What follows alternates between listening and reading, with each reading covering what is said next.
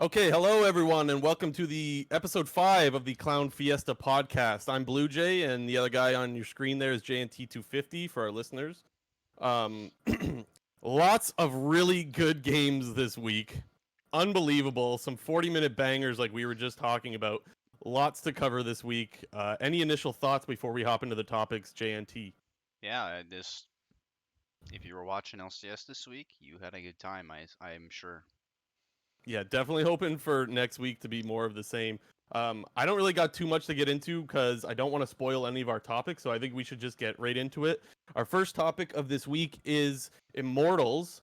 They made some substitute moves last week, I think, and we're starting to see the team start to turn it around. What are your thoughts on Immortals so far? Yeah, I mean, I think for going 0-2, I think this is the best that you can look for going 0-2. They had a pretty difficult schedule in terms of the standings of the league, playing both Team Liquid and EG, but both games were extremely close. Some 40-minute bangers, like we were saying, but you know, considering it's only been their second week of playing LCS together, and also considering that both Xmithy and Apollo has said that they've basically only been scrimming academy teams for the last 2 months, I think they've actually been performing really well, specifically Alorm and Insanity.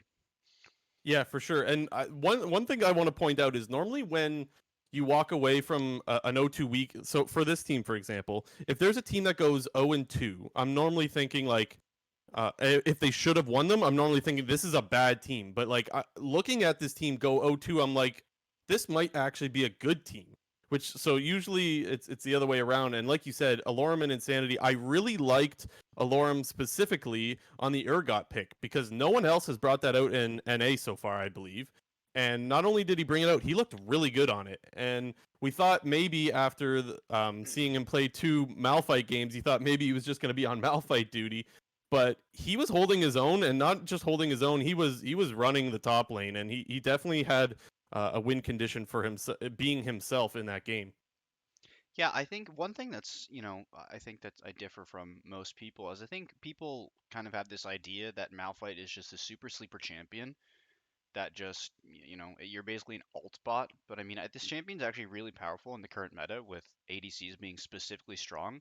You know, in the EG game, we really saw um, the combination of the Malphite Orianna going off, and Immortals was actually playing it really well. They blew up Bang on Aphelios many times, and I thought they were playing the comp pretty well. And Malphite's also kind of used as a counter pick into these more AD top laners. And I was glad to see that Alorum was not stuck on what I would consider the more sleeper champions like the Aatroxes and the Orns or the Sets. And that, Yeah, they're kind of, and as you say in the other game, the Urgot pick. Oh wait, no, he was actually playing Urgot against EG. I was thinking against TL. My bad.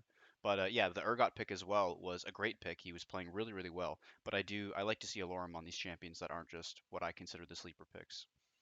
well, and I think you bring up the point about trying to kill the Aphelios. Like we've seen Aphelios is definitely in meta. Like it's a really popular pick right now, and we don't see that much like Tom Kench. We see a lot of Aphelios and Thresh cannot stop the Malphite from getting to the Aphelios. So I think it's a pick that we're going to see a lot more, and showing that you can be effective on that pick is really valuable in this current meta because we're not seeing things like the Tom Kench that can just save Aphelios whenever he wants. I also, like you said, Insanity. I wanted to touch on him a little bit. Got a little bit of criticism, but also a little bit of praise. Definitely didn't seem like it was someone that was filling in the mid role. Like he seemed to hold his own. He didn't. If the nameplates were turned off, I wouldn't have thought that we were watching a an academy mid laner. And so I really want to give a lot of credit to Insanity for stepping into what is an absolute disaster. Well, I mean, all players stepping in for Immortals are stepping into an absolute disaster with an O and whatever record that they were given. But I really want to give him a lot of credit. He's looked really good on the Oriana. I do, unfortunately, have to call out a couple of things. I don't think it's necessarily fair to call them out, but I think I need to anyways. Um, I don't know if you saw the shockwave against Team Liquid when they were trying to push to end. Do you remember that play? Yeah. Yeah, that missed shockwave is probably one of the reasons they lose that game, right? And it's really sad that such a good game can just be thrown right out the window with one little mistake. But I think if he lands that shockwave, tactical definitely dies. Aphelios goes down, and you can walk in to just dive the last two Nexus turrets and ultimately kill the Nexus and win the game. So it was a little bit unfortunate on that. And another thing, this I don't blame him for, but it was something I heard brought up on the cast was he could have purchased when he went to base race and he TP'd. He could have bought a Lich Bane. And I could understand that argument because if he would have bought the Lich Bane, he could have killed the tower faster, and then of course could have killed the Nexus faster. I don't know if he should be expected to be thinking of that in such a chaotic moment, but I wanted to know your thoughts on that. Yeah, I mean, in terms of purchasing like specific items, specifically for like base races and that kind of a scenario, like a Sheen or a Blue Pot or anything like that. But I mean, I remember his items and he wasn't even full build yet. So, if you're not even full build, and specifically in that instance when you're not full build and you don't have access to this gold, you have to then sell one of your items to then buy a Lich Bane. And it's kind of like, Yeah.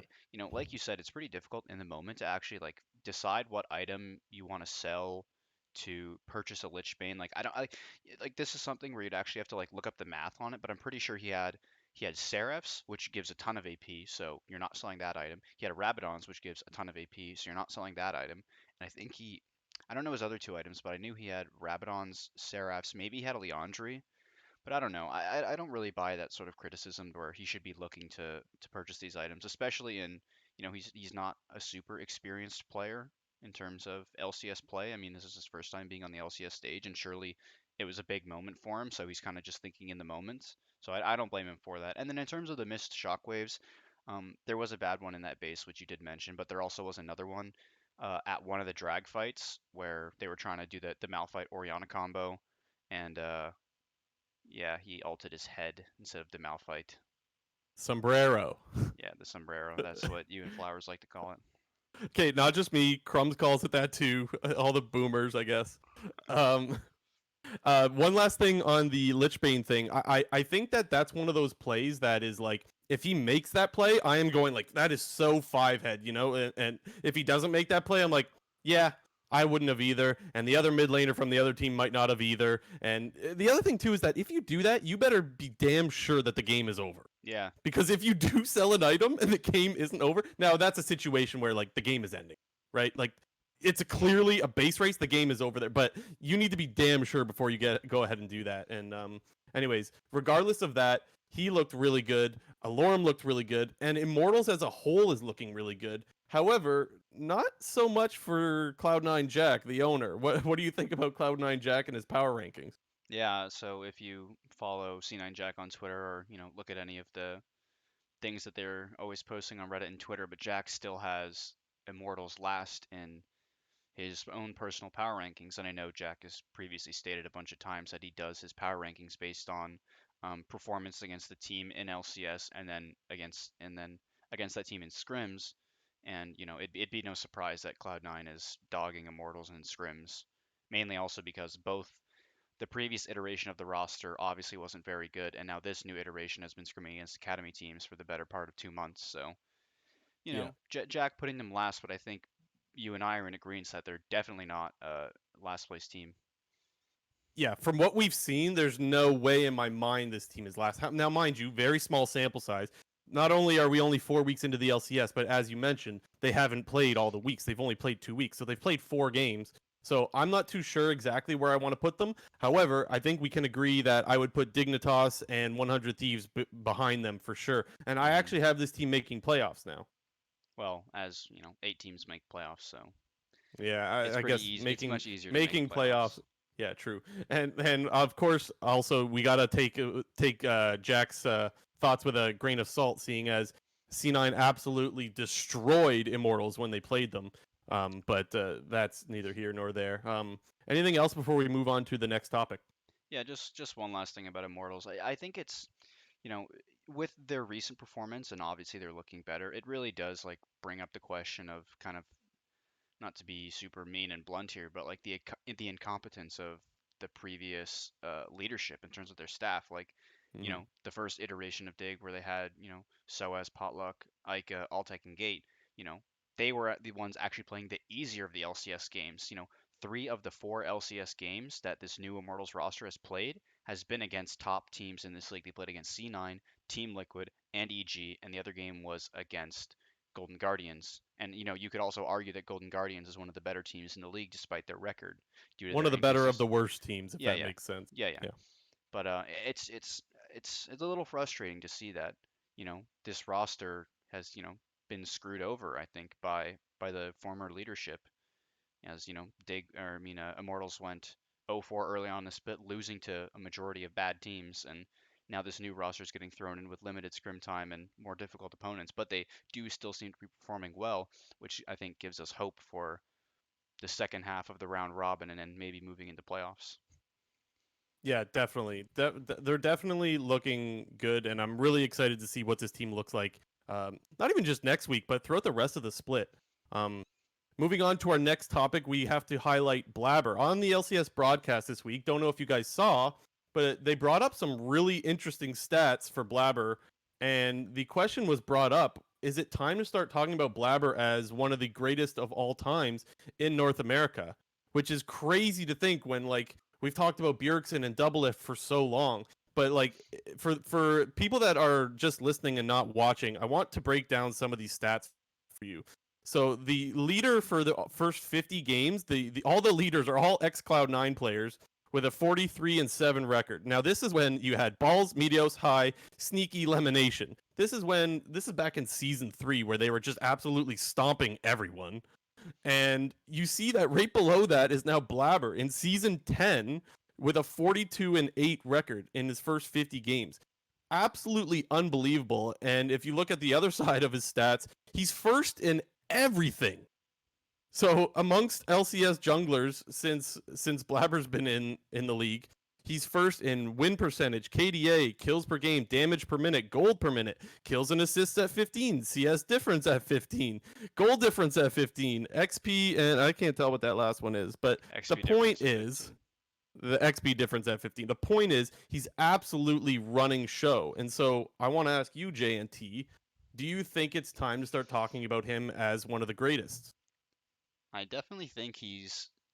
I think we'll have to see based on the result of this split. I think a lot of it is like, you know, I think the argument can easily be made if TSM, if TSM were to win this finals and beat this C9, I think that would reaffirm everybody's position that Bjergsen or Doublelift, or for anything, it would only be those two within the conversation of being the greatest players of all time. But I think at this point in the season and at the form the two teams are looking at, Cloud9 definitely has the advantage over these players. But I definitely think he's in the conversation of being up there as one of the greatest players. Like, we're throwing the stats up on screen just to shed some light onto how dominant Blabber has been his entirety of his LCS career. I know it started out back in season 8 when C9 was originally changing up their rosters when there was the benching of Jensen, Smoothie, and Sneaky, and then he played some sparse games in season 9. But really, ever since Blabber's gained the starting role, he's been nothing but dominant. So it's a part of it is stats, and part of it is also legacy. Bjergsen and Doublelift. I don't know the exact. I think Bjergsen has 5 titles, or maybe 6, and Doublelift has 7. I think that's what it is. And Xmithy also has 7. Xmithy has 6, I think. I think he has got 6. How many? Someone could maybe fact check us on that, but I'm pretty sure I recently heard them talk about it on the broadcast, saying Xmithy had 6. Yeah. Okay. So Don't know. Doublelift has 6 as well then. Okay. And then does Bjergsen have 5? I couldn't tell you. I know they all have a lot. TSM won summer 2014, spring 2015, spring 2016, spring 2017, summer. Did Bjergsen has 5. did CLG not win spring 2015? No, TSM did because it was TSM So C9 final. and then CLG won in summer then? They When won did summer. CLG win at MSG? What year was that? Pretty That sure it was was that was season season 5, but 5. And so no, Bjergsen has 5. okay. The Yeah. the point is these guys are clearly way ahead of him when it comes to actual titles. Yeah. And now C9 has one. In And I Blabber's wonder how tenure. many. Well, yeah, and you know what? Yeah, yes, one as of recent, I should say, because Mm-hmm. the last one was way back in season 4. I think Mm-hmm. it's been a long time. Um, but I also want to preface that with saying like Blabber is maybe the biggest reason why they have one.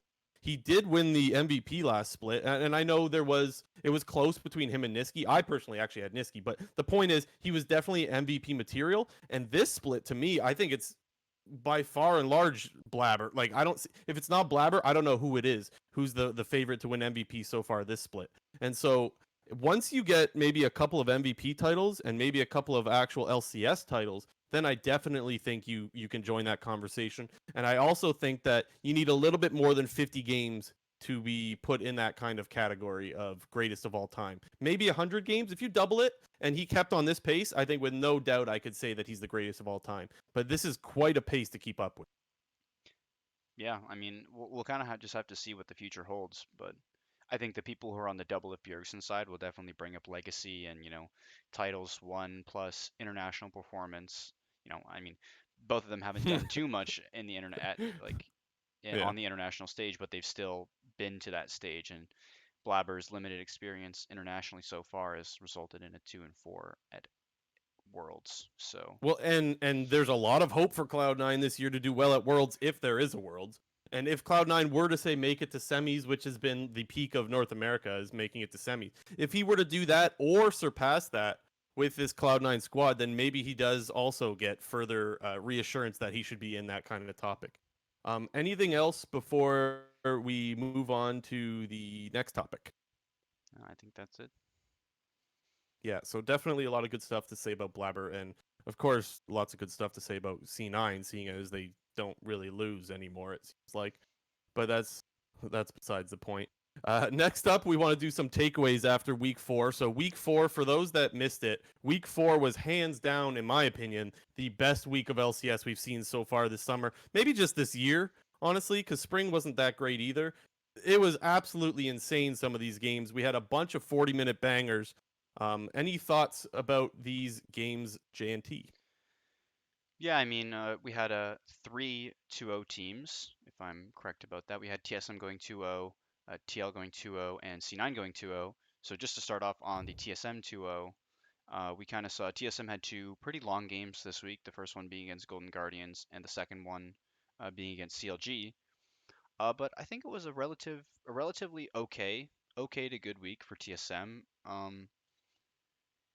Just to go first on the CLG game, it was, everyone, I think most people would say that TSM played poorly in that CLG game. We saw CLG actually get out to an early game lead through bot lane, got three early dragons, and to where TSM was able to take control back of the game.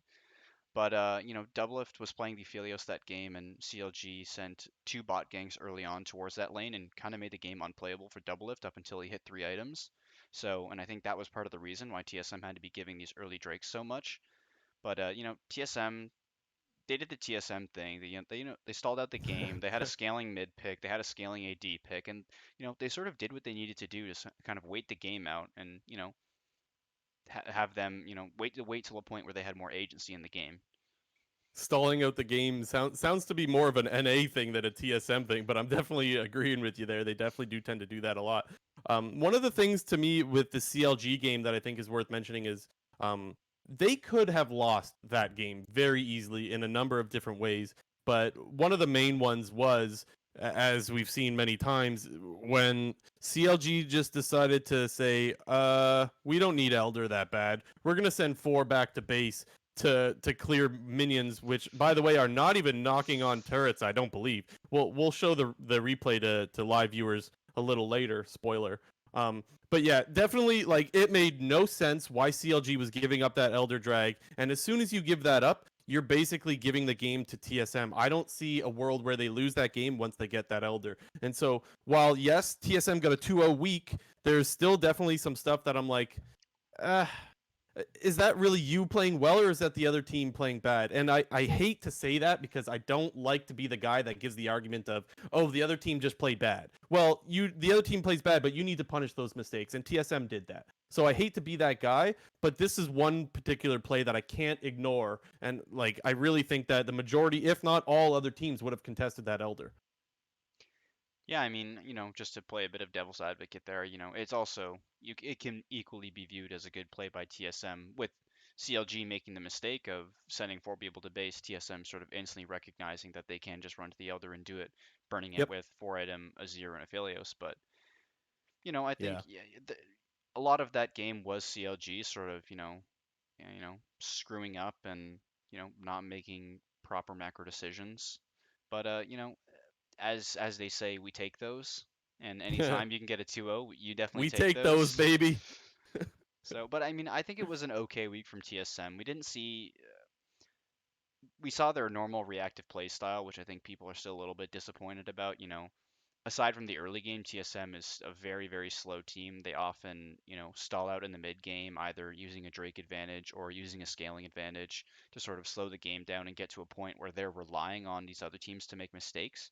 Which I mean, you can't fault them that it does work, and we're seeing not the super highest level of play in North America at the moment, so it's a strategy that can work, but definitely not a strategy that you can implement against other top NA teams, and definitely not against C9, and definitely not against any international Worlds. competition. Yeah, exactly. I totally agree. That's the reason I think most fans are disappointed when they see that version of TSM. It's because they want to see TSM win at Worlds, and TSM never makes it out of groups at Worlds. So that's where the frustration comes, and I totally get that from the point of view of a TSM fan. It's really really frustrating to see them play that way. However, some really good things about TSM for me, Spica and Bjergsen are looking really good. Bjergsen this past weekend got the MVP for his TF and Azir play. Would you have any thoughts on those two players? Yeah, I think, Speak has actually he's been really good, I think, not just because I have him on my fantasy team and he's popping off, but I actually think he's been playing really well. He hasn't yet been put on like the J4 Sejuani duty, even though we haven't really seen those champions in the meta. But he's been playing the Lee Sin, he's been playing the Volley Bear. He played a little bit of Kindred, not this past week, not this week, but weeks prior. But we're seeing different looks out of the jungle, which I think is really, really good. And TSM, they are playing more than one comp. I know back in the day, TSM was kind of always known for just playing the one scaling comp. And, it seems that they are switching the strategies up a little bit, which I do like. And I do think their drafting has been all right. But yeah, I mean, I'm liking what I'm seeing specifically from Bjergsen and Spica, as, I've previously mentioned in the past that it's, the game right now is super, super dominated by the mid jungle. And when your mid jungler is playing well, then you're going to win games. Yeah, totally true. And I agree. I think Speak has looked really good. Outside of week one, really. I mean, week one, we all know that he was on the Kane pick and he didn't form until 23 minutes and ultimately they lost the game. But ever since then, like I think they've gotten the idea in their head, like, look, we need to put our junglers on champions that they have comfort with, and they don't need to put them on the Sejuani Jarvan or anything like that. Let them do their thing, and you'll see that maybe they can actually perform. And that's what I think we're seeing out of Spica. And Bjergsen, like, here's the thing. Maybe he's not the MVP Bjergsen that we used to see, every year Bjergsen would get, or every split rather, Bjergsen would get the MVP, but like he's still a solid player, and we saw that this past weekend, especially with his Azir play to me. He was really popping off, and I know in the post game interview, Double Lift gave him plenty of praise for that. But it's really good to see that Bjergsen ain't fallen off or anything like that. He's not washed up, and he's definitely still holding his own, so he's looking pretty good. I don't really have too much more to say on TSM. Do you have anything else? Now I think we can move on. The other 2-0 team that we're also going to talk about is Team Liquid.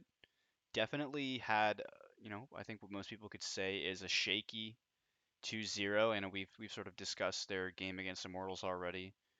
But their other game against FlyQuest, super super close game. Honestly, a pretty messy game from start to finish. We had that super extended level 1 invade followed by I don't know, like multiple just messy fights, and I think miscommunications and not proper setup of team fights. We had the Rift Herald fight where Mash wasn't even near, and FlyQuest is opting into a 4v5 fight against Rift Herald. FlyQuest flipped the game at Baron a couple times, even though they didn't actually lose the game off of it, but they took a 50-50 at Baron. It was just a super super back and forth game that TL ended up winning. Kind of not in a base race, but killing the base as the enemy team is spawning. But Yeah. So, super oh, sorry. crazy. Go ahead. So I personally didn't see it as a 50-50 Baron. I think Mash kind of hard trolled there, and there's a lot of argument that could be had there about whether it was 50-50 or not, but it certainly wasn't 100%. So we can say that for sure, and it's definitely where the game was thrown. One thing I want to say with when it comes to TL was that yeah, 2-0 week, like you mentioned, and TSM had a 2-0 week too, but TSM I would say looked good, not great, but good. TL didn't really look good in their 2-0. To me, they could have easily lost both of those games. I know we touched a little bit on how Insanity missed his shockwave on the Aphelios, and that would have lost TL the game. And then what was their other one? Oh, FlyQuest. then there was the FlyQuest one where, in my opinion, Mash was like going in, lol, and he hopped over the wall, and, and instead of having your AD carry DPSing the Baron, he decided to face tank a Nautilus. I think I don't remember. The point is, he shouldn't have been there, in my opinion. I think that Baron should have been taken by FlyQuest, and I think they closed that game out in most scenarios. But definitely some interesting plays and definitely entertaining to watch. God, was that game good. Um, with that being said, I don't think TL is bad. They looked a little bit bad this weekend, but I don't think they're a bad team. Where do you think TL sits as far as the rest of the league goes? Yeah, I mean, I'm still pretty high on Team Liquid in terms of like the relative strength at the against the teams that they're closer to in the standings, like the EGs and the FlyQuests. I think this was, even though it was a 2-0, I think you could say this was one of their worst weeks that they've had so far. Um, but I mean, I'm still on Team Liquid.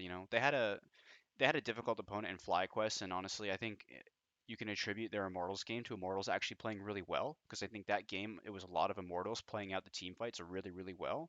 However, their macro kind of falling in the latter part of the game, and a couple of whiffs on the Oriana R from Insanity. But I'm still good with TL. I think they're still looking strong at 6-2. I think they're going to be one of these top three teams that we see try to contest C9 when it comes to playoff time. But I'm still good on TL. I think they're still performing really, really well. Tactical didn't really show up this week in terms of having like a major impact like he's had previous. But you know, I'm good with TL. They're solid to me Yeah, still. I think they're still a good team for sure. And just a couple of quick points that I want to touch on. I like Impact being back on tanks. I don't think he needs to be on Mordekaiser. I think that he's traditionally been a very good tank player and a very reliable one at that. And so I liked seeing him back on tanks. Even if, yeah, he's got to be on Ornn duty, guess what? He's a good Ornn. So I don't mind that. The Jensen on the Azir to me is a little resident sleeper, or resident Savoy, I should say, actually. But just because like we've seen Jensen play much different stuff in the past. He's been playing a lot of TF and Azir this split, but I mentioned this to you earlier or yesterday maybe that I watched the Cloud9 the 2018 Worlds games against Afrika Freaks, and Jensen was so aggressive, like so aggressive. I can't believe I'm still watching the same player right now. It's unbelievable to me how passive he is in lane. And hey, like everyone's got their own play style, so that's the way it's got. If that's the way it's got to be, that's the way it's got to be. But I do definitely miss him being on the LeBlanc for sure. One last thing, did you look into the actual game length on TL's last few games? I looked this up. Their last 3 games are incredibly long. Did you want to take a stab at how long their games are? I'll go average time of 42 minutes. So a little bit higher than that. Their Wow. last game, 45 minutes and whatever seconds. The game before that, 43 minutes and whatever seconds. And then the one before that, 46 minutes. Like Sheesh, some their 40-minute last three bangers. games, yeah, their last 3 games. Like I will say, TL is boring to watch in the early game, but the game by the end of the game, it is usually exciting because those 40-minute games are really, really when things get really tense. And so I will say, boring early, but really exciting late. And I don't really got too much more to say about TL. Anything else you got before we move on to FlyQuest? No, I think, we touched on FlyQuest a little bit already with their Team Liquid game, but another, you know, last week we saw FlyQuest, they had a 1-1 week, and they were looking a little bit shaky, mainly in that Golden Guardians game, and I definitely think this week was a little bit more messy, or sorry, I guess a continuation of the previous week, a little bit messy from what we saw out of the Team Liquid game, but they actually played a really good game against EG. They pretty much dominated the majority of that game. Santorin was, ganking all around the map, and they kind of rolled over EG. And we talked about it last week how this is kind of like a prove it week for FlyQuest in terms of the difficulty of their opponents playing EG and playing Team Liquid. Two other top 4 or 5 teams in the league, you can argue. But apart from their Team Liquid game, they went over and stomped EG. So it's a little difficult to rank this team in terms of how they stack up in comparison to the TSMs and the Team Liquids, who are at 6-2, while FlyQuest is at 5-3. But this is a team that, the games that they've lost, sure they've been messy, but I think the games that they've won, they've been looking super dominant in. Like I True. can't think of any game that they won where it wasn't kind of like it wasn't a messy game, or it might not have been like super dominant, but for the majority all their wins are very clean. Um, but in terms of their losses, they tend to get a little messy and a little scrappy. Yeah, and I totally agree with what you said about Santorin. He's been looking great, and the one thing that you also touched on that really hits home for me is how good they looked against EG. Man, EG is supposed to be one of the top teams in our league, and they played just about as flawless as you can. Like, yeah, not a perfect game, but pretty good. And it looked like the game was in their hands the whole time. And a lot of people had EG favored in that one, and they convincingly took that game from them seemingly without too much getting in their way. Um, Looking really really good. I also have some other stats on FlyQuest that I really think this team is the second best team in the league. I'll stick with that. For a little bit of context, I tweeted out before the games this weekend that TL would be or pardon me, FlyQuest would go 2-0 and that they would prove that they're the second best team in NA, and they did not go 2-0. However, I still am very solid on them being the second best team. Here's some stats that I think back that up. They actually lead the league in kills per game, which I was really surprised at that. I thought it would be Cloud9. It's actually FlyQuest leading the league in kills per game. They're sitting at 17.1 kills per game. On top of that, dragon percentage, they have the second best dragon percentage in the league. They're sitting at 60%. Nothing amazing, but definitely good. And one other thing, first blood percentage, they are also first in the league at 75% first blood percentage. So definitely some really good things coming out of FlyQuest. And for Jeff in the chat, second best but unstable. I wouldn't describe them as unstable. Maybe a little bit, but definitely some things that they need to fix. But they're second just because Cloud9 exists. You know, like that's the only thing that's keeping them. The only thing that's keeping them away from the top spot is that there's such a dominant Cloud9 squad. But definitely a team that's looking really good. I've really liked Ignar, especially on his recon. PoE has looked really good on just about everything he plays. And so I'm really high on this team. And despite losing, I'm still saying that this team is a second place team. What do you think? Yeah, I mean, for me, in terms of who is second place, I don't think there's a clear second place right now for me. If you look at the top of the standings, we'll ignore Cloud9 because I think we all know they're the clear number one. But just looking at the standings, we have TSM, TL 6-2, and then we have EG FlyQuest going 5-3. For me personally, I have EG as the worst of those four teams I just mentioned of TSM, TL, FlyQuest, and EG. I would have EG as fifth. And then there's actually, kind of a triangle going on with TSM, TL, and FlyQuest. It's unfortunate that FlyQuest lost to TL, or else they would be that clear-cut number two team, in my opinion. But Mm-hmm. we had Yep. TSM beating Team Liquid, uh, or sorry, TL beating TSM, TL beating FlyQuest, but FlyQuest beating TSM. So it's kind of a weird triangle going on. I think those three teams, I think it's still a close race for second, in my opinion. I think it'll be really clear to me for TSM at least, is their upcoming game against C9 and how they look. Because TSM's a weird team for me. I know we're just talking about FlyQuest, but I just want to touch on TSM and just like how their record still Mm-hmm. is, because they're 6-2, but I don't think people like they're not. To me, I don't think their 6-2 is as strong as like Team Liquid 6-2 or even FlyQuest's 5-3. I think FlyQuest, they've stumbled against some worse teams. I know they had that shaky game against Golden Guardians and just this Yep. scrappy game against Team Liquid, but I'm really looking at FlyQuest and Team Liquid to really prove that they belong in the number two spot. Uh, you know, and I want to see them, play aggressive, have good drafts, put up a good showing against C9, stomp these bottom teams, and beat the teams that they are tied with right now.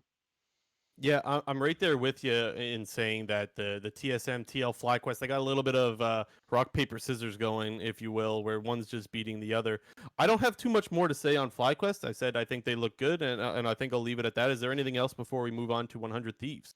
Yeah, we'll move on to other teams that had some roster swaps going into this week. As you just mentioned, 100T, we had Meteos Stunt out and Contracts and Poom in.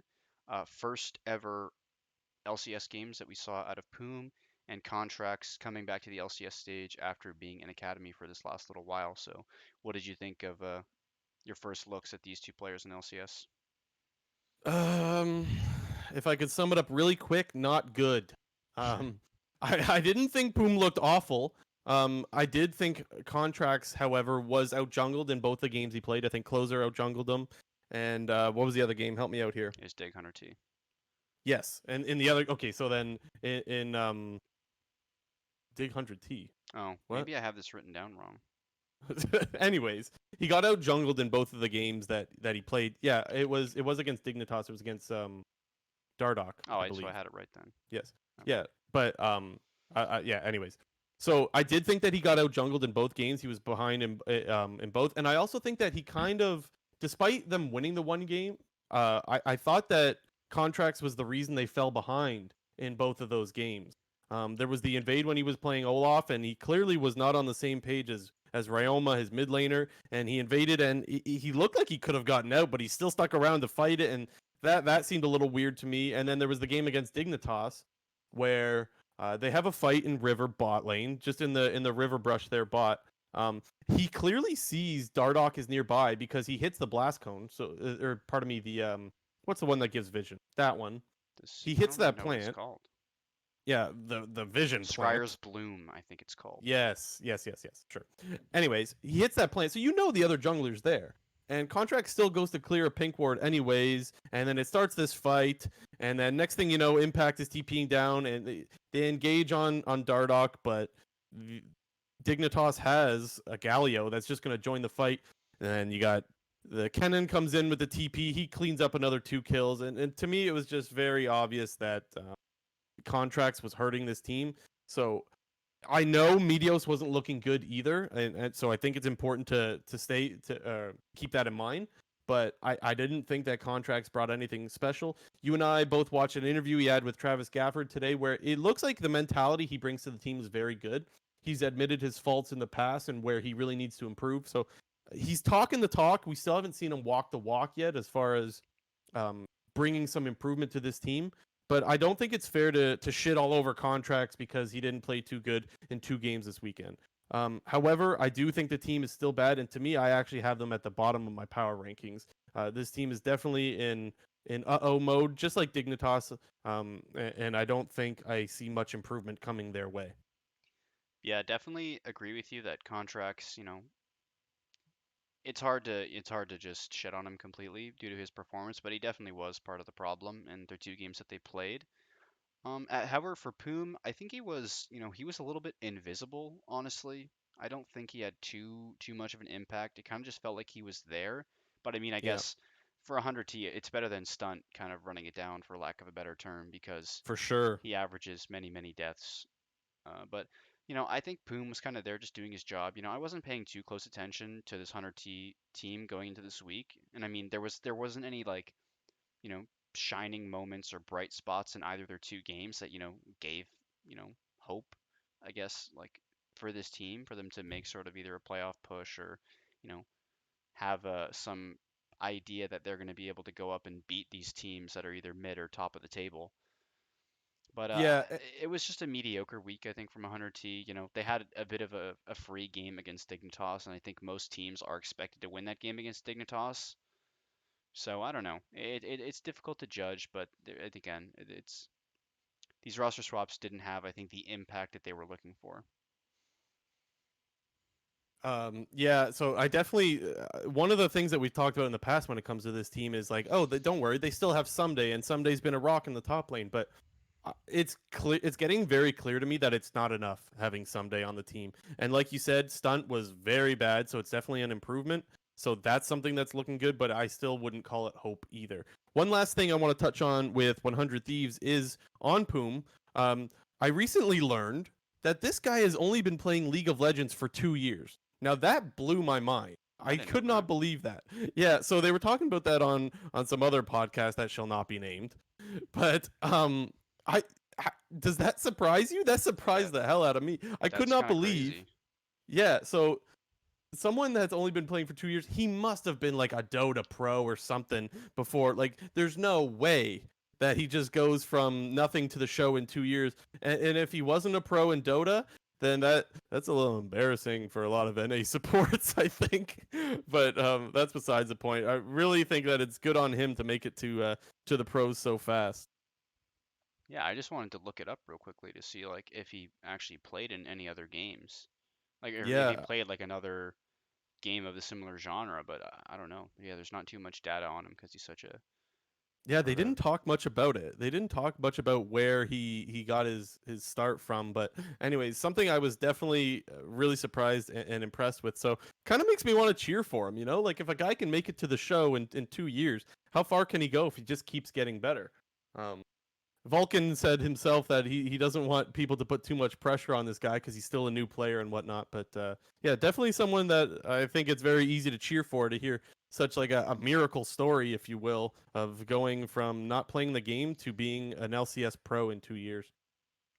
Yeah, I mean, I didn't even know that, and it's definitely impressive that you can reach sort of the highest level of the game in only 2 years. So he's obviously got some skills, and I think knowing that that's something to I think you know, look forward to and see that he can actually make major improvements in the game. Plenty of these pros in NA and all around the world, people who are playing pro, have been playing the game for the better part of at least probably 5 years. So Yep. good for him for reaching this level in only 2 years. Yep. Next up on our list, we got Dignitas. This team. Yeah, I feel so sad for this team, man. I'll let you start with Dignitas. I don't even know what to say. Yeah, we saw this week from Dignitas. They had, arguably the other worst team in LCS. They played up against Hunter T and, lost that game. And then they had the hardest team in LCS to play in C9. And I think in the C9 game, they actually didn't look too bad. I think part of that, I think part of them looking actually decent against C9 was also C9's, over aggressive bot lane gank that they Aggression. made Yep. early on in the game. They went for a really, really greedy gank, I think, on the bot side of the map with Volibear with the flash Q. Zen actually E flashes on Ezreal to try to force this gank on bot side, and they don't even have the Yumi level 6 yet. Ganks make it ganks can become a lot easier when you have that Yumi level 6 to throw out the final chapter and lock enemies down. But we saw just a simple counter gank from Dardoch with Wukong, who was level 6, and we saw a quick double kill from the bot side of the map. So it kind of set C9's pace behind in terms of their early game dominance. They weren't able to just run you over in the early game like they normally do to all these teams. But I think it was an all right game from Dignitas against C9. It was they were really outclassed. I mean, you saw Licorice absolutely dominating Lorlo in the top lane in terms of pressure Yep. and minions, and he was playing the Wukong. No, not he wasn't playing the Wukong. He was playing a set into Mordekaiser that match, and he really took the bull by the horns on that one, and they kind of just won. They kind of won the game off of Licorice's pressure, to be honest. And as for the game against 100 T, it's kind of sad. I previously mentioned that you need to have a good mid jungle in this game or in this league to win games because the entirety of the first 10 minutes of the game is played through mid jungle, and we had Dardoch and Phoenix coming in, and it was man, Phoenix just really did not play well. I think Azale on the broadcast said that he was basically one of the worst performances he had ever seen, or something similar to that. But Phoenix definitely underperforming. Dardoch, he had an okay. It wasn't, I mean, not even okay. It was all right.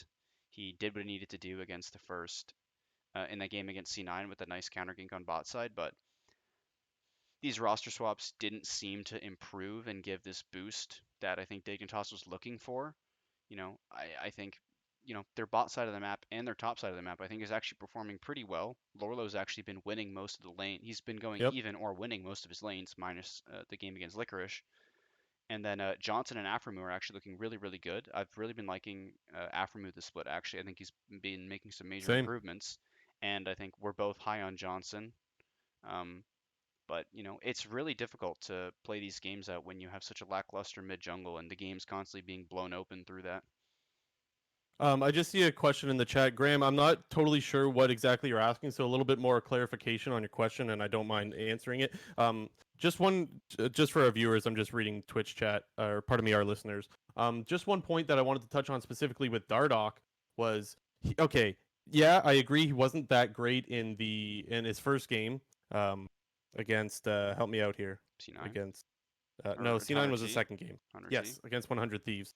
I thought he was definitely one of the reasons. Like him and Phoenix absolutely ran it down that game, and Johnson is in elo hell. It is unbelievable, man. But anyways, I did think Dardoch actually looked pretty good against C9, and the reason why I was actually really happy with how he played against C9 is he went into that game with a very clear game plan of counter game. Because he knows C9 plays very aggressive and they want to gank and they want to fight and all that stuff early. So I really liked his gameplay specifically against C9. He went to try to counter gank top early on, and Blabber ended up not going top. So he sat there for a while and fell a little bit behind because of that. But I think he had the perfect game plan to play against C9. And if you're going to beat C9, you got to try to predict something that they're doing, right? So I really thought that with that counter gank attempt, top was good, even though it didn't work out. And then the counter gank top was the reason they had a chance in that game. So I did want to give a little bit of praise to Dardoch, despite the fact that I think he threw a little bit in that first one. However, in the first game against 100 Thieves, to me, it was very clear that Phoenix was the main reason they lost that game. I don't want to dogpile too much on Phoenix, but you heard on the broadcast, I think it was Azale that said, like, that might be the worst TF performance he has ever seen, Yeah. which is like, that is funny and sad both at the same time. He was absolutely inting, and God, like you were saying, Lorlo looked good. Johnson's been looking good. Afro's been great, especially on Thresh. I love Afromu's Thresh. It's been so fun to watch. But that team is in elo hell with their mid jungle, man. They got to figure out what's going on. I don't have too much more to say about Dignitas. Anything else before we move on to CLG? Yeah, I mean, I think for Dignitas, I think at this point into the season, I think you're honestly looking to 2021 at this point. I think it's going to be really difficult. And even though they're doing this expanded playoff format with 8 teams making it into playoffs, you're really already super far down in the drain going 0-8 in your first 8 games.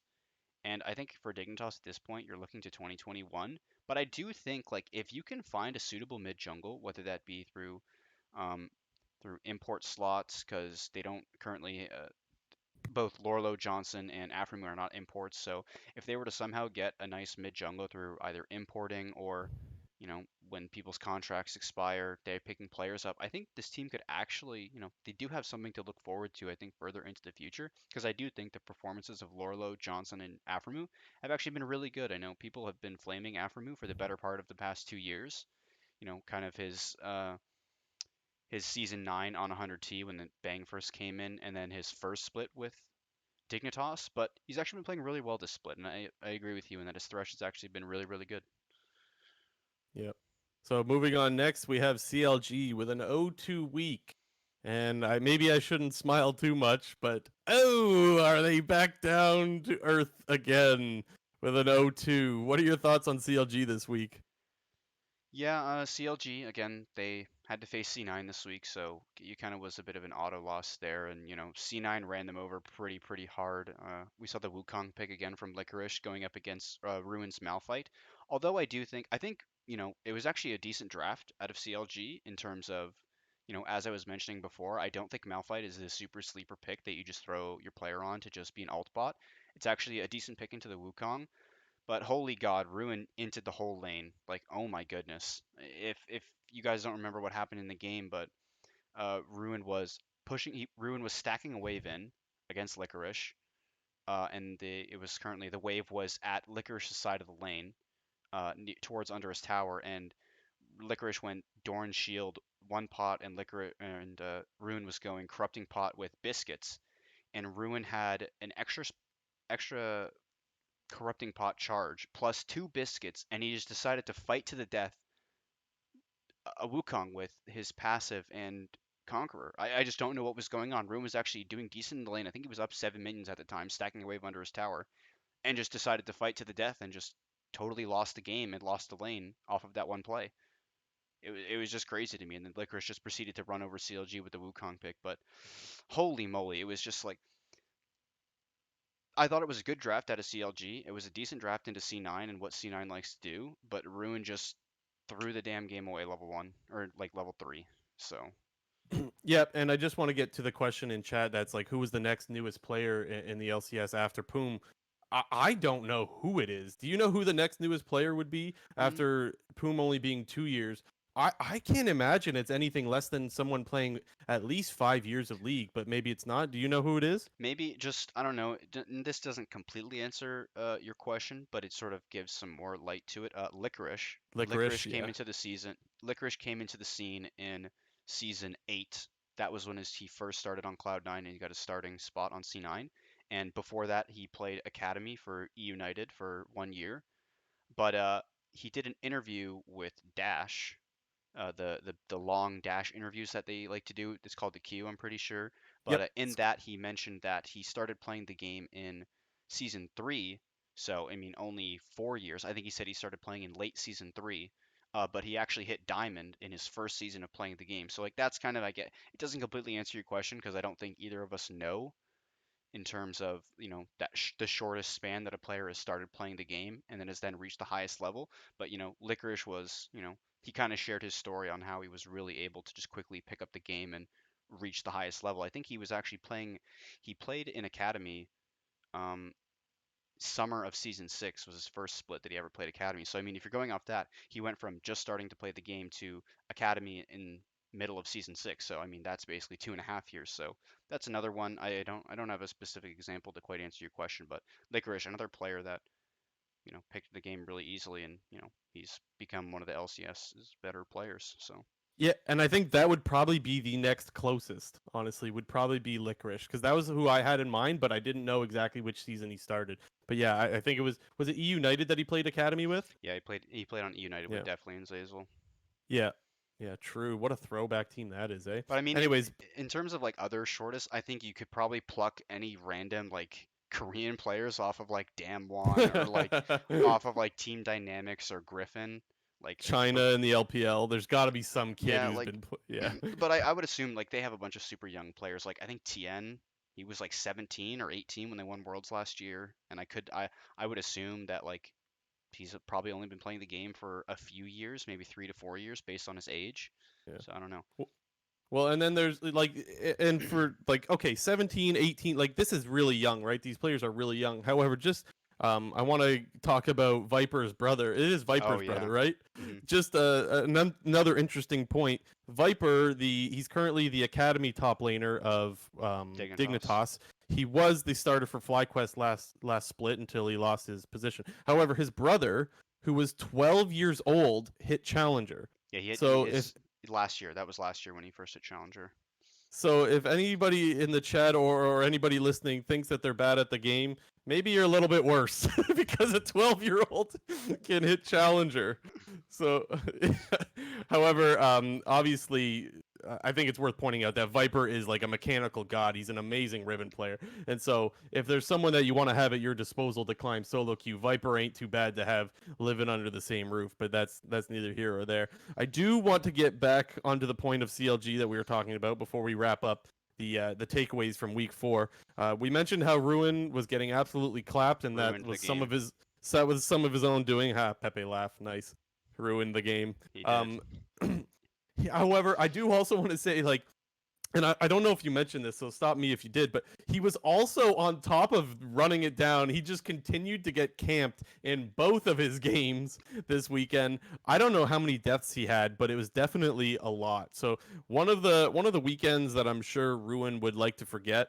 And I definitely think that this is the start of CLG coming back down to earth, like I mentioned before. I did say I was on Hotline League a couple weeks ago, and I mentioned to them my take was simply that after 100 Thieves, this team's going to go on a losing streak, and they're going to lose 4 in a row. And this is the first 2, in my opinion. We'll see how they do next week, but I don't think their schedule gets any easier, and I think they're looking at another 0-2 next week if they don't change how they're playing right now.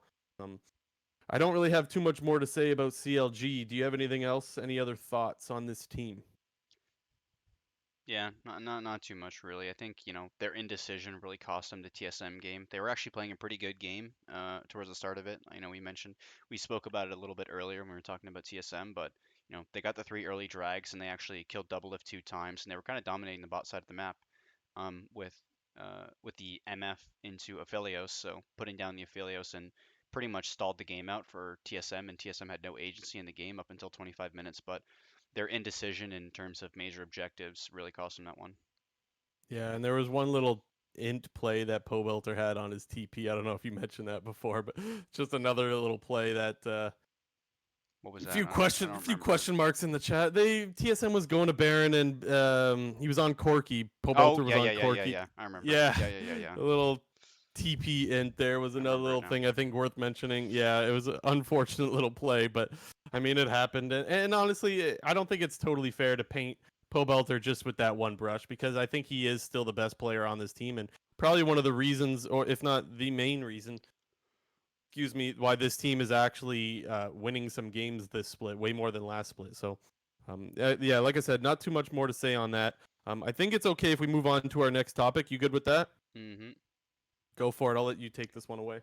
Yeah, so our topic, as we normally do, we normally do this every week, but we like to give one player the Bean Soup and the Pop Off Award. Those are named after our good friend Stephen King, aka Sketcher, aka Kingsmoo. He has many, Let's many go, names. Kingsmoo. But so the Bean Soup is our worst performing player, or not necessarily player, just the worst aspect of the week, and our Pop Off is, what we think what the best aspect of the week is. For me, I'm going to lead it off with my pop off of the week, and I'm going to give it to Licorice. I was just previously talking about how he completely smashed Ruin after Ruin kind of threw him the lane, and Licorice kind of ran with it and just ended up stomping the game. And then also, as I mentioned before, against the Dignitas game, that game was getting hard top gapped with Licorice dominating Nolo in the Set versus Mordekaiser matchup.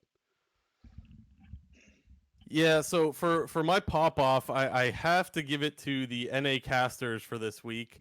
I absolutely loved the casters, specifically. I got to give some praise to Kobe and Flowers. I thought that even though I don't think everyone shared this opinion, so I think this was just my own opinion, but I thought that their broadcast of the TL game was hilarious. It was so funny. They were referencing like everything. They were referencing the movie 300. They were referencing how good he's doing in school and I got a new test for you and here's a midterm and all this stuff. It was just so funny. So I really liked them for that. And then Freak absolutely flamed CLG. And for those that are viewing, you're going to see the clip pop up on stream here if Nolan can pull it up. And for the listeners, don't worry, you're not missing too much from actual seeing the clip. But the audio is really what you want in this particular clip. It is absolutely hilarious. Yeah, so Um, just for context for everyone, the clip we're bringing up was towards the end of the TSM yeah. CLG game, when we'll roll it right now, but it was towards the end of the CLG TSM game and around the fight or the time when TSM was taking Elder Drake. So we're gonna pull it up now, and Are you gonna pull it up on the stream, the actual video, or is it yeah, just yeah, okay? There it is. it There. should be pulled up now, and Yeah, I can see it. I'll play it back. But it was just listen to the Freak casting because it's really really funny, and the clip's appropriately titled "Freak Loses His Mind."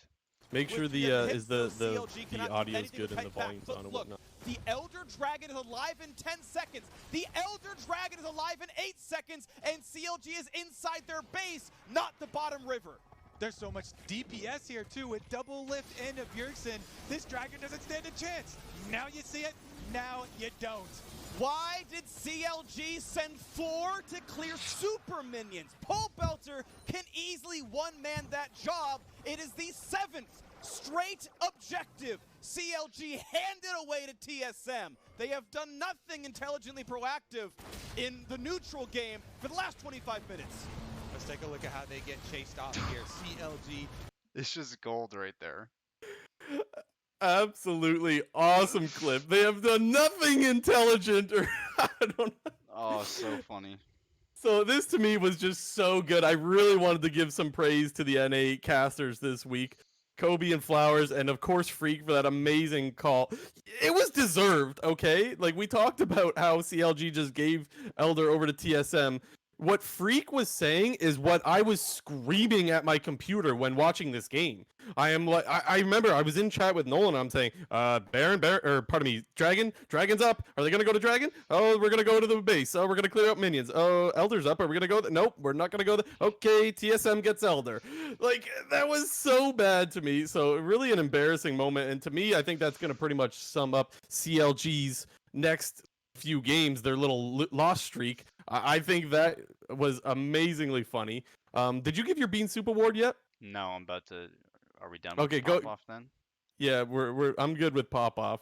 I'll But let you yeah, go we're ahead gonna and we're take away gonna the have bean to soup. also give a bit of an honorable mention bean soup to the both of us because last week we forgot to do our bean soup and pop offs. It was on our little agenda thing, but we just kind of forgot about it. So Whoops. honorary bean soup to us. But for me, I already touched on it a little bit earlier, but my bean soup is gonna have to go to Phoenix with, as Azale said, the worst TF performance he's ever seen. Yeah, this was guys. If you missed the game, this was really Don't bad. watch it. Don't watch it. It was Like garbage. Dignitas should have won this game. If they had any other mid laner, this game's a win. And I don't want to just dogpile on Phoenix because I don't think he's that bad of a player. But in that particular game, he was the reason they lost the game. And Yeah. holy shit, man, it was such a bad performance. I thought he turned it around a little bit against C9. He looked a little bit better. So there's that. You can't just take just the bad. You got to take the good with the bad. So that not the best game for me. My Bean Soup Award this week is actually going to go to the TL squad. I feel a little bit bad giving it to TL because their games have been so good as far as the late game is concerned. But their games are so slow in the early game, and they have such good talent on this team. Please play faster. Please stop picking his ear. Give Jensen something to pop off. Give something for Jensen to pop off, and I'll give him my pop off award because I can't stand how slow these games are in the early game. So TL, you are bean soup, okay? Yeah, I'm surprising to me. I had two. I had two in case. I'm gonna come clean. I had Phoenix as my other one, but I didn't want to duplicate, and I really wanted to call TL out for being so damn slow in the early game, and their games being Resident Savoy as fuck.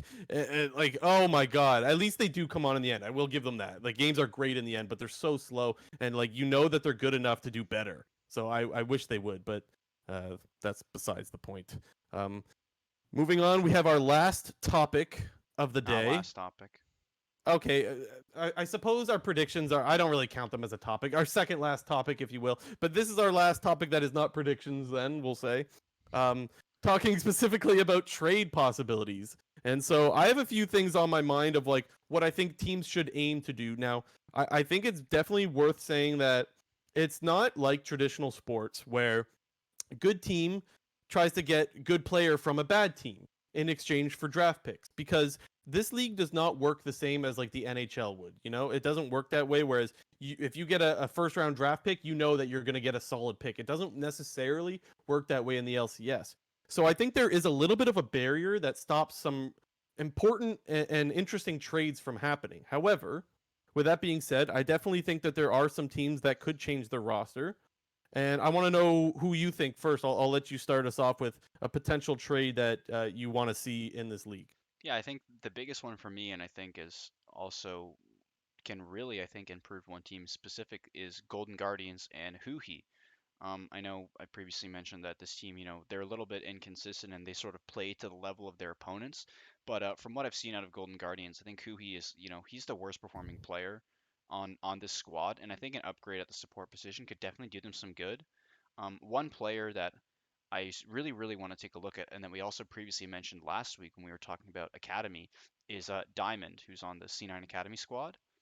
He's been he's one of the best just players straight up in the Academy system, as well as another support in the Academy system right now, Treats, who's on TSM. I think these two players, they're some of the most LCS ready players that we have currently in Academy, and I think a decent buyout from Golden Guardians could, I think, could do them a lot of favors in terms of getting one of these two players onto their lineup to pair with FBI, another young player, another player newer to the LCS, but I think an upgraded support could, I think, push them maybe into the upper echelon of playoff contention.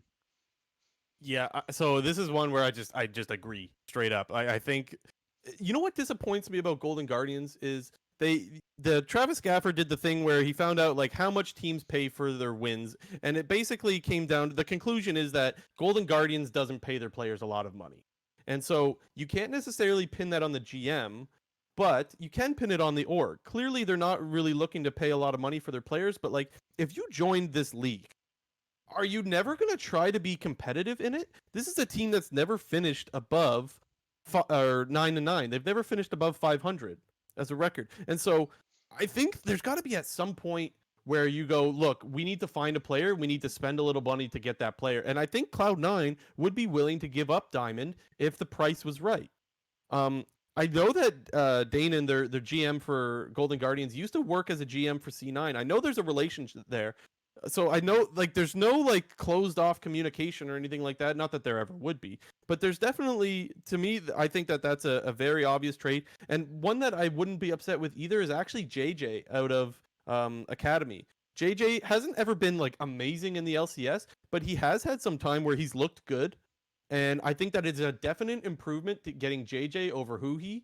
So that to me is one move that I think I would also like to see. And I also don't think that you have to pay nearly as much for JJ that you would for Diamond. So to me, that's a move that I think is very obvious. I don't know if Golden Guardians has attempted to sign either one of these players, but if they haven't, they definitely should. Another one that I wanted to bring up is Immortals, seeing as they have Soaz sitting on the bench, so to speak, right now. They got him in Academy. I don't think Soaz is an Academy player. I don't think he's an amazing top laner anymore. I think he's seen his days. But I don't think he belongs in Academy, and I think there's definitely a team that could pick him up. Mind you, he is an import. And this take is a little bit odd because CLG is a team that I don't think is very good. But as they have said many times, they think that they're competitive in this league and that they can compete with the best of them. And we just talked about how Ruin was just running it down the last 2 games. If they actually thought that they had a chance in this league, you would think that they would go for someone like Soaz, who's clearly, he has to be on the trade block. I don't know that for sure. I just want to clarify that. But it would be very surprising to me if Soaz is not on the trading block. Alorum is a guy that you want to give some time. So he's been playing with the Immortals squad. He's looked pretty good in doing it. I'm sure he's cheaper than Soaz. I can see Immortals trying to get rid of that Soaz contract. So I would be interested to see if CLG takes a look at Soaz. I don't think they should pay too much for him, but that's definitely a possibility. Any thoughts on that one? Yeah, I mean, I think, in terms of import, I know you mentioned specifically that Soaz is an import, and that would kind of be the perfect situation, I think, for him on CLG, as Ruin is an import as well. So definitely agreed that I think that's another, could do more good than harm. Yeah, and the last one that I want to talk about is FlyQuest. Now, this is something I've said for a couple of months now. I really, really, really want FlyQuest to go after an AD carry. This is something I talked about on Hotline League in the off season. I really wish that they would pursue an AD carry. It doesn't even have to be anybody amazing, but I don't think that Turtle or Mash are going to play up to the standard as the rest of their team. FlyQuest has a really good chance to be a respected org in North America. I would love to see them do really well, and I would love to see them rep us at Worlds. I would just like to see them do it with a different AD carry than Mash or Wild Turtle. And with Dignitas really struggling and 100 Thieves really struggling, I think that there's potential that Johnson or Cody Sun are on the trading block. These are both teams that have shown that they're on low budget. For example, Dignitas sold Vulcan to Cloud9. And we know that with 100 Thieves. Yeah, true. And we also know that 100 Thieves, after their inaugural season, they spent a lot of money on players like Bang, Afro Mumedios, these veterans that require a lot of money to re-sign.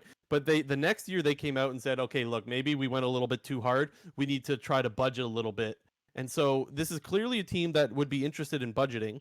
They have a really good, not academy system, but help me out here with the other, what do you call them? The next 100 Next. They have a team called 100 Next, where they're developing a lot of talent. So even though Cody Sun is a pretty good AD carry, I think that they have the development to develop an AD carry and replace him eventually. And I think that they can get a decent buck for Cody Sun. And I want to see FlyQuest try to target these players to get them on their team. And I think now is the time to do that, mostly because I think it's important to build cohesion with your teammates. And I don't like doing it right before the trade deadline. For those that are curious, the trade deadline is July 28th. So just a few weeks. I don't want teams to wait up until the very end to wait till the trade deadline to make these moves. I think the earlier you get them, the more time you have to build cohesion as a team. So I'd like them to do it now. And I really think that if FlyQuest gets an 80 carry like Johnson's my guy. I think I would really like them to get Johnson. But even Cody Sun would be a huge improvement. And I think that would make them an absolutely clearly second place team in North America. And I would be confident in them repping NA at Worlds as a respectable team, which I can't always say about all the teams that we send to Worlds. What are your thoughts on those potential moves? Yeah, I mean, I think just taking a look at FlyQuest, they were second last split in by the end of the playoffs, and they're one of our top teams this split, and I definitely think they're within the world's contention. And you really got to take a critical look at the level of your players in terms of going to international competition, and you know taking a critical look at players like Mash or Wild Turtle and even their current performances. They definitely will not stack up against international competition ED carries. I think looking at other players on their teams, you have players like Power of Evil, been on the world stage before, been a top player in EU, playing really well on FlyQuest, doing well. Santorin, he's been to Worlds before. He's looking like a top jungler in North America. Probably would be the top jungler in North America if it weren't for Blabber. Hmm, Solo, been true. performing pretty solid, honestly, for the most part, and he's kind of like just a rock up there. Doesn't seem to win super hard, doesn't seem to lose super hard. And you have Ignar, who him and Santorin, kind of the big, doing a lot of the heavy lifting on this team in terms of engaging in team fight setup. So I think looking at all their players, they can definitely compete on the world stage and at the highest level, and maybe finals of North America or however far they were to reach in playoffs. And I definitely agree with you in that we should have some confidence in sending this team to worlds. But an upgrade at the 80 carry position could maybe push them over the edge. Yeah, for sure. I don't have any other trade possibilities that I think warrant anything. I wanted to know if you, in your little bit of research that you did, if you found anything that you think is worth bringing up as far as possible trades. Anything else? No, I mean, I think it's kind of hard, especially when you're in the summer split as opposed to the spring split, to look at trades, because I know you were mentioning before that, you know, you don't really want to make trades, right at the deadline, especially with the game like League of Legends, where you have to build up, team synergy, and you have to learn, Yep. you know, you got to understand as a player on your team how, the I can't find the word here, but you need to know how your other teammates are going to play, and it takes time to sort of build up that trust and synergy within a team. So I think for me, definitely more difficult to make these kinds of moves in the summer split, but we'll have to see how the rest of the year plays out for these teams, and then going into the off season and even the next spring split, because contracts do expire. Some teams sign a player to a contract that they don't feel like the player is performing well enough, or they don't think they're worth their contract, and they try to offload them. But trades are definitely something that always, usually have a big shakeup on the league. Yeah, and one other thing that I actually forgot that I wanted to mention is the fact that we have this 8 teams making playoffs format is maybe a deterrent to these trades happening. That to Yeah, me is like to me it gives false hope. Because now you got teams, oh, we made the playoffs. I'm not going to trade any of my good players away because we're making a playoff push. And it's like, come on, man. An 8th place team in a league of 10, that is not a playoff team. yeah, like But if you're, LCS feels like it's the way we should go about it, so it's the way we're going about it. yeah, it's funny. Like if you just look at the standings right now, and if 8 teams are making playoffs, the eighth place team in playoffs has a 2-6 record. Like Like that is that's bean soup. like that's kind of, I think, doing a disservice to what the playoffs are supposed to be. I got another bean soup award. LCS 8-team format. What is that? Anyways, anything else before we move on to our last topic, No, which I is think, predictions? yeah, like you just said, moving into our last topic of our episode today, we're gonna do predictions for the games this week. Just gonna pull them up here in a second. They should be on the screen now. And first game on Friday, as we previously stated, Friday Night League always has banger games where we get to see top level teams like Immortals and Dignitas play each other. And I'm gonna go Immortals on this. True. And I'm gonna go Immortals on this one because they're obviously beasts. Yeah, I got to go to the Mortals on this one too. Although, man, this is a game where there's some games where I want both teams to lose straight up, but this is a game where I want both teams to win. I like the players on these teams. I think they're both showing improvement, and it's a nice silver lining that we know at least one of them is going to come out with a W in this one, because I think no matter what way this game goes, it'll feel so good for the players that really need a win and are also they're both teams are improving. So one of them will be validated in that first game. But yeah, I got to go Immortals. And then last game on Friday, we have FlyQuest versus 100T. Honestly, a pretty big mismatch in FlyQuest my opinion. FlyQuest. We'll move it on right away to first next. game on Saturday, EG versus Golden Guardians.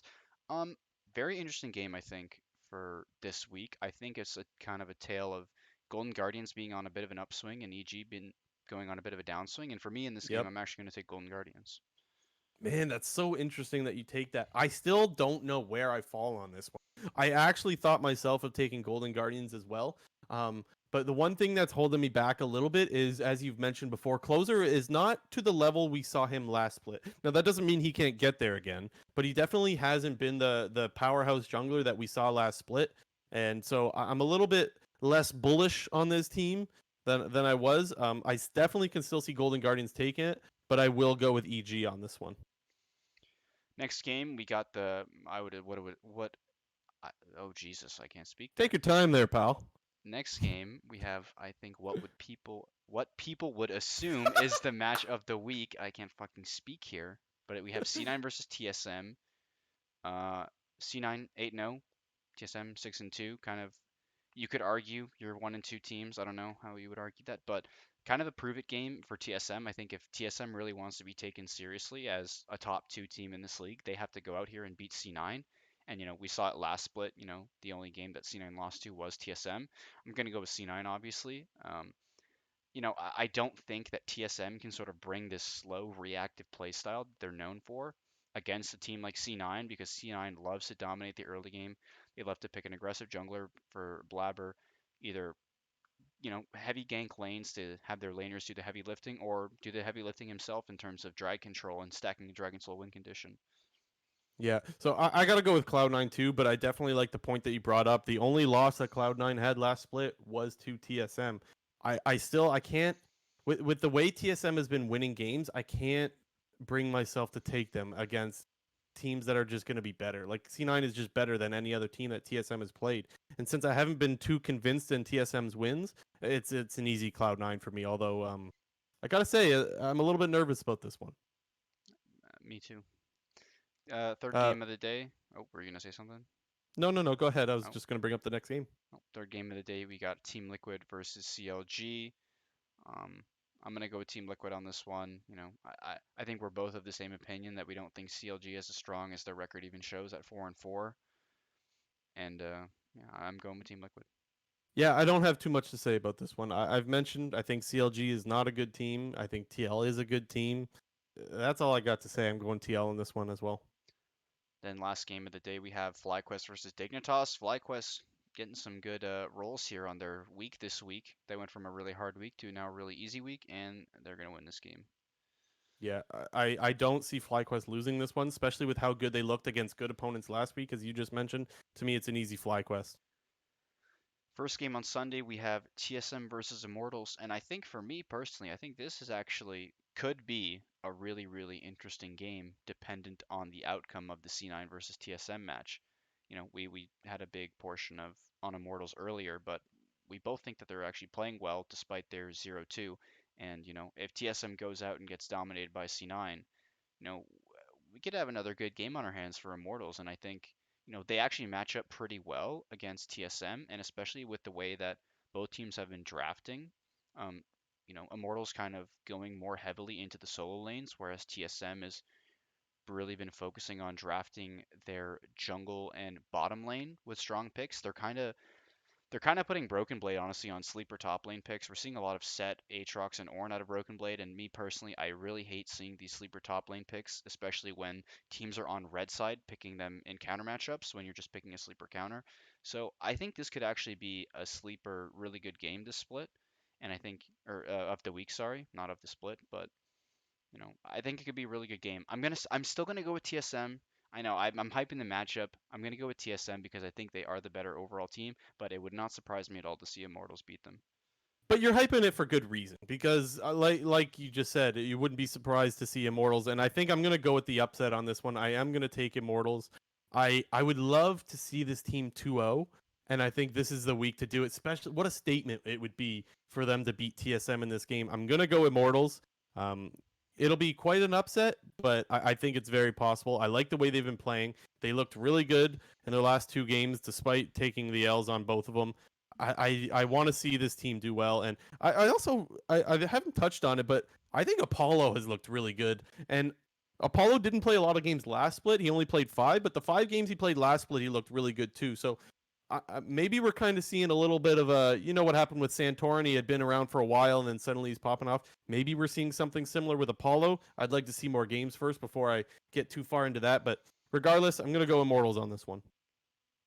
Yep. Okay. Next game we got C9 versus 100T. I think we can go C9 next on this one. C9 next.